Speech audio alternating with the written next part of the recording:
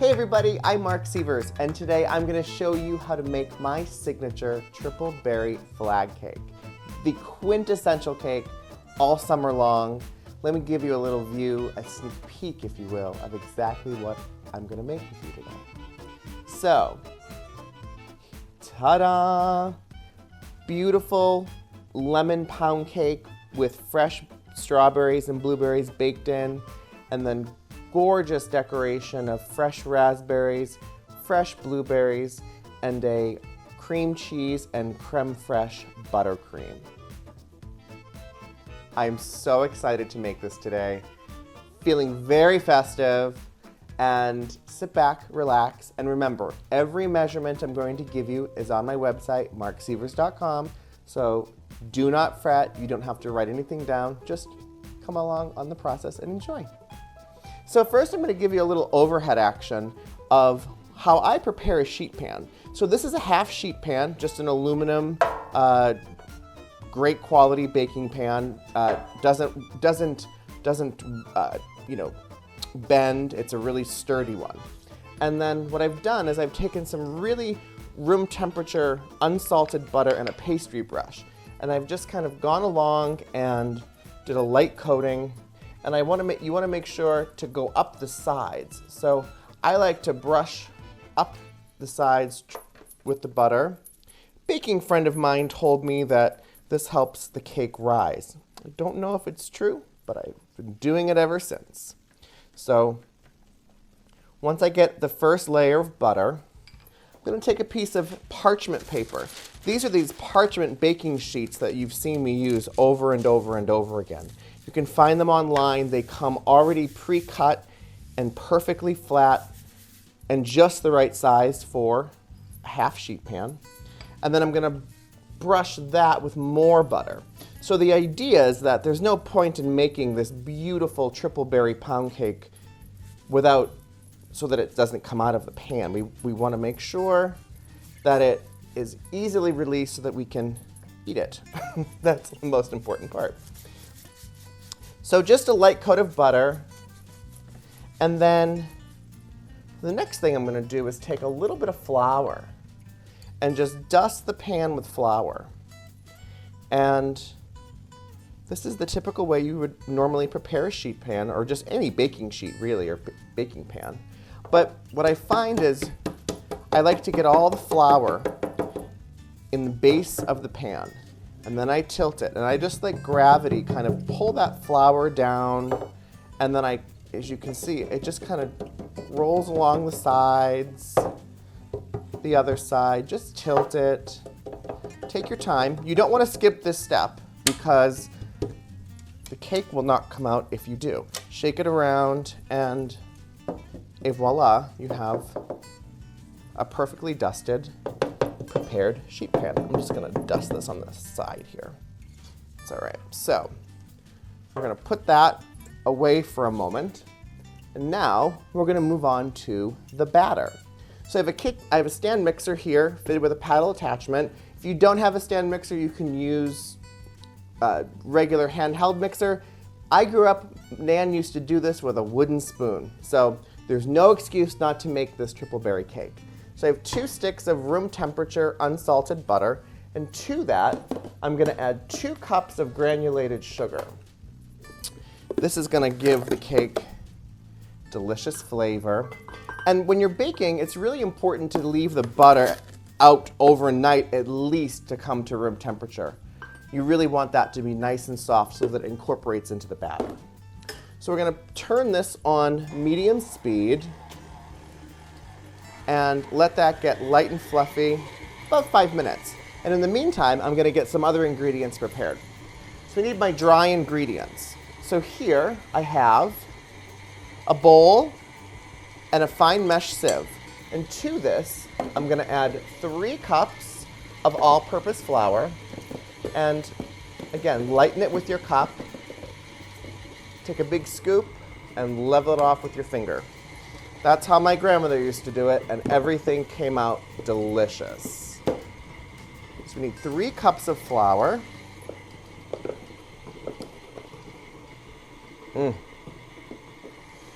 The sound of the mixer and the smell of butter and sugar mixing away always reminds me of the holidays and baking.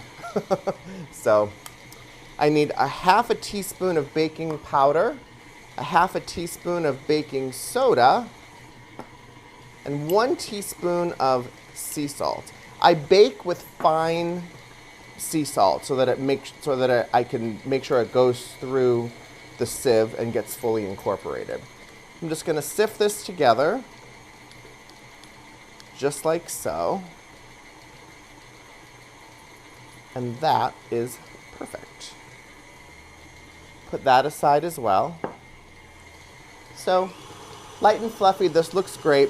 And I'm going to show you what else I have to go into this. I have 1 cup of room temperature buttermilk. Buttermilk's actually low fat, so low fat cake, I guess. The butter, don't think about it. I have 4 room temperature extra large eggs, and we're going to start to put I want to put those eggs in one at a time, making sure that each one fully incorporates into the butter and sugar. You can turn down the mixer a little bit. 3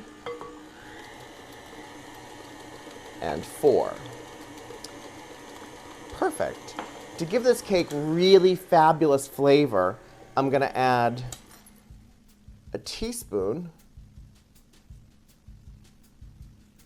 of vanilla extract, pure vanilla extract, some beautiful honey. This is clover honey, local, and I put honey, I feel like in almost every baked good. It does something to me that kind of rounds out the flavor. It adds sweetness, but it also gives a depth of flavor to baking, especially in this really delicious pound cake. That's about a 1/4 cup. I'm going to turn up this mixer. And what I want to do now is add some lemon zest. So instead of grating the lemon on my cutting board and then transferring the lemon zest from the cutting board into the batter, I want to zest that lemon right into the bowl, because as you're zesting, all of that essential oil in the rind will get into your cooking instead of on your cutting board. So that is extra flavor that is worth getting into your cooking. And you want to just zest the bright yellow part. Have a rasp here. You can find these online, even grocery stores. I've seen them in grocery stores too. And then, that's perfect.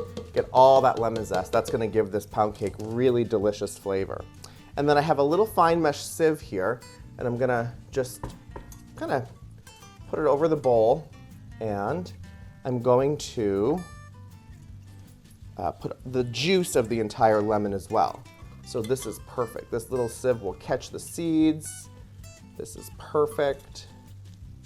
All of this is just beautiful flavor into that gorgeous triple berry pound cake. Sounds so lovely. So perfect, that little fine mesh sieve catches all the seeds, so that's great. Give this a little zhuzh in the mixer. You don't need to whip it on high, or you don't need to incorporate any more air into it. You just want to get it nicely well mixed. And then on low speed, we're going to add our flour and buttermilk alternately in thirds. So a little bit of flour.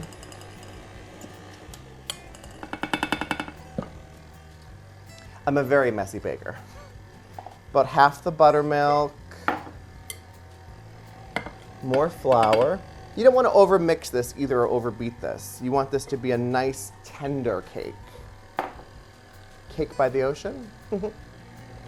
And then the rest of the flour. And then I usually just give it one last little push here. And that's perfect. My little trick too for getting all of the batter off the beater is I put it on kind of medium speed and I slowly raise the beater in the head of the mixer, and then et voila, you get as much of that mixture off of your beater without having to sit here and scrape it. So that's perfect. So then to this, oh, that's heavy. Let me show you what else I have. So I have 1 pound of hulled strawberries that I've cut into 1/2-inch dice. So we're going to put those in. It's important when you're baking with fresh fruit. These are not strawberries that are overly juicy and almost on the edge of being too ripe. These are nice and firm and not too watery. And then I have 1/2 pint or 6 ounces of fresh blueberries. And then I'm just going to fold this all together. Oh, wait until you make this at home. This smells so fantastic. I've been making this pound cake for, God, I think about 20 years now. And it's actually the same pound cake base as my lemon pound cake on my website. I've just kind of added some berries and then I'm going to bake it in a different shape. So I love when you can have multiple recipes that can act as different ideas and different recipes, but it's also very simple. And then I'm going to add all of this batter, so much batter, to my prepared sheet pan. Scoop out all of that goodness in there. Don't leave anything behind. That is perfect. And now I'm going to smooth it out. So this is,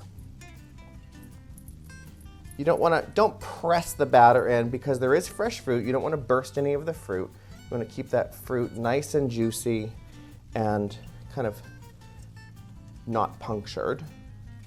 And just brush it all the way to the ends of the pan. Push it into the corners. Just like that.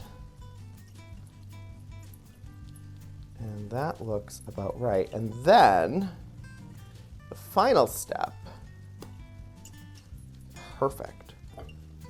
And then the final step is to give this a couple bangs. This is going to help level out that batter, knock out any air bubbles. And now it's ready to go into a preheated 350-degree oven, 40-45 minutes, depending on how hot your oven is. And when we come back, we're going to make the fabulous creme fraiche and cream cheese buttercream. First, this has to bake.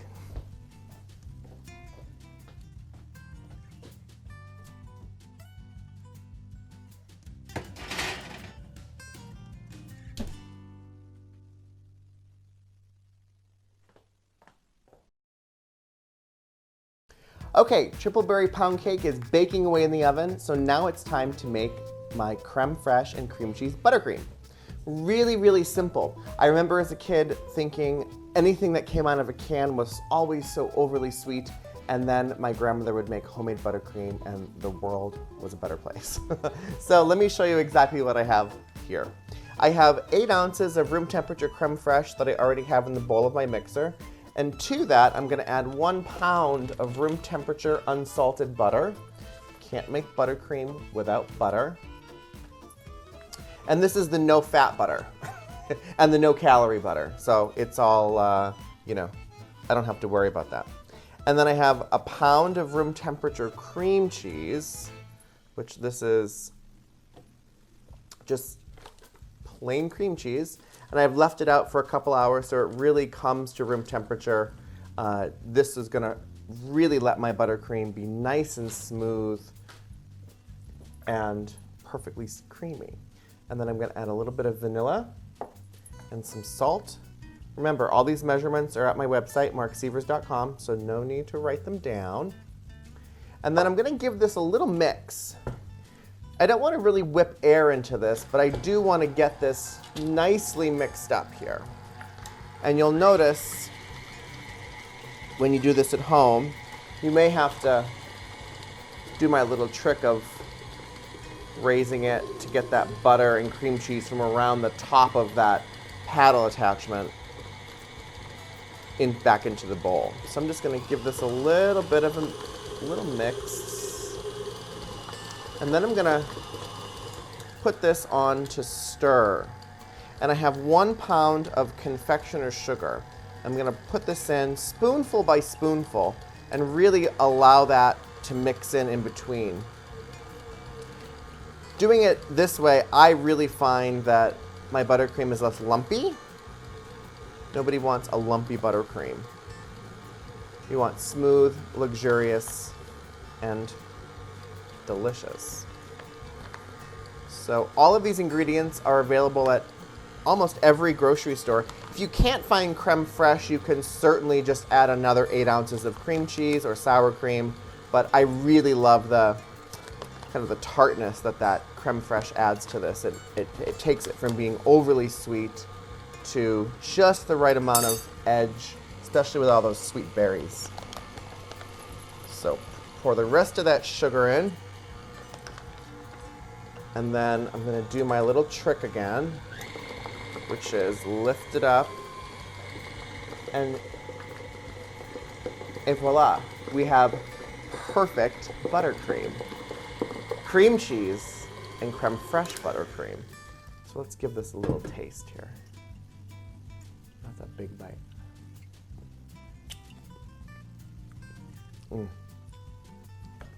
Hands down, my favorite buttercream, I think, of all time, and one that I really do use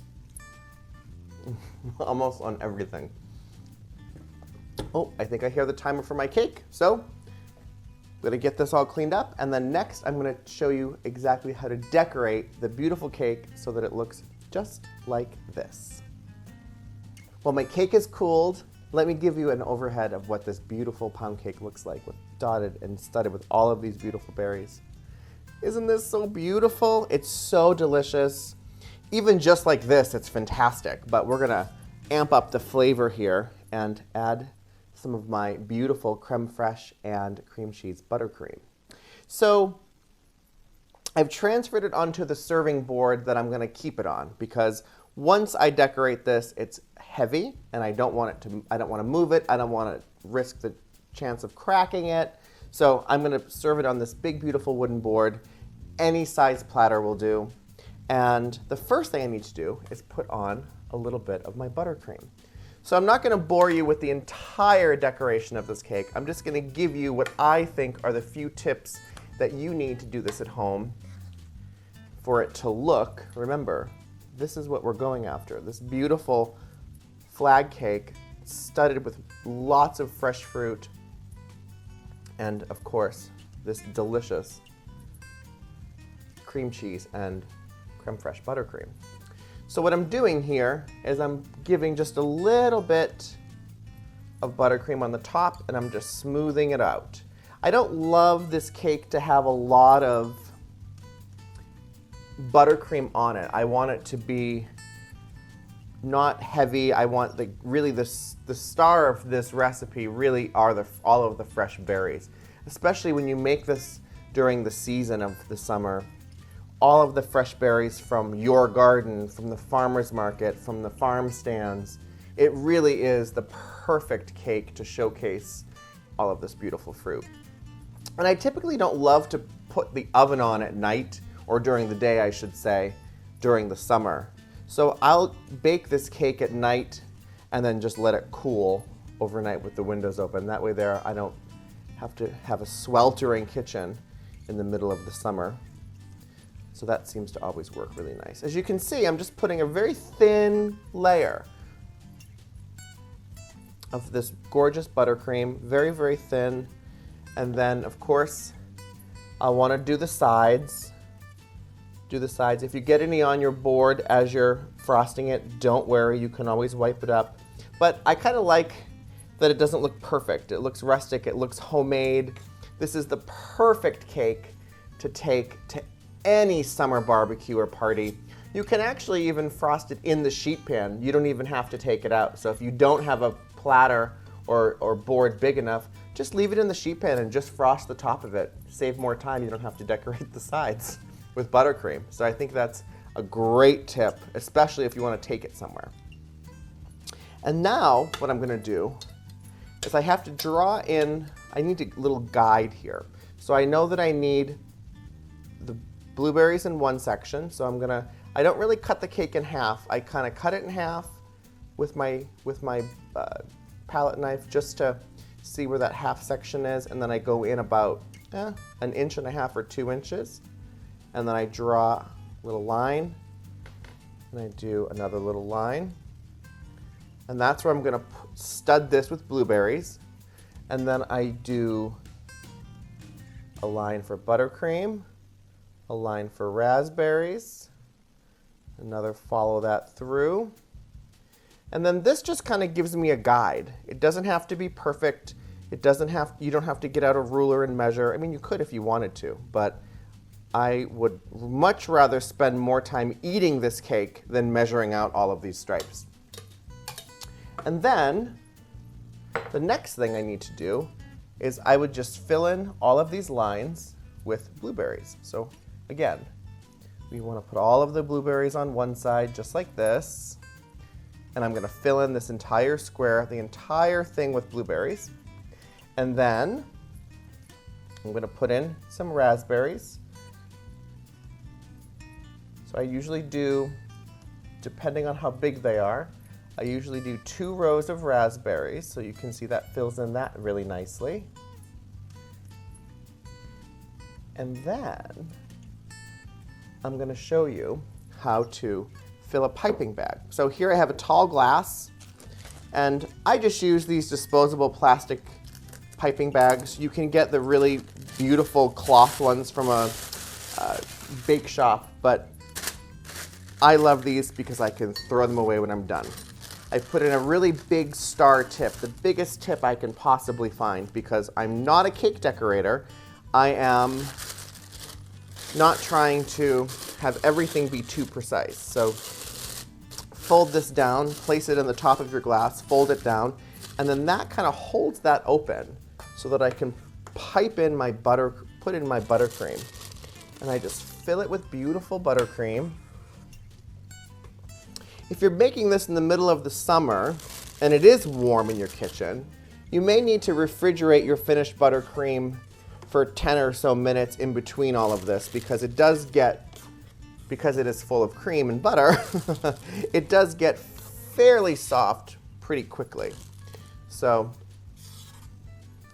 put in as much buttercream as you're comfortable with, and then I just shake it down. Let gravity do the work for me. Shake, shake, shake. This is very loud, but I'm very sorry. But this is worth it. Twist the bag just like this, and then you literally just pipe your stripes in. Just like that. And I'll show you a little trick. The ends of where your piping bag stops, what I do is I just take it and smooth it out just like that. The great part about this too is if you make a mistake, oop, that's too thick right there. The most fabulous part is you can scrape it off, put it back into your bowl, smooth this out, and start again.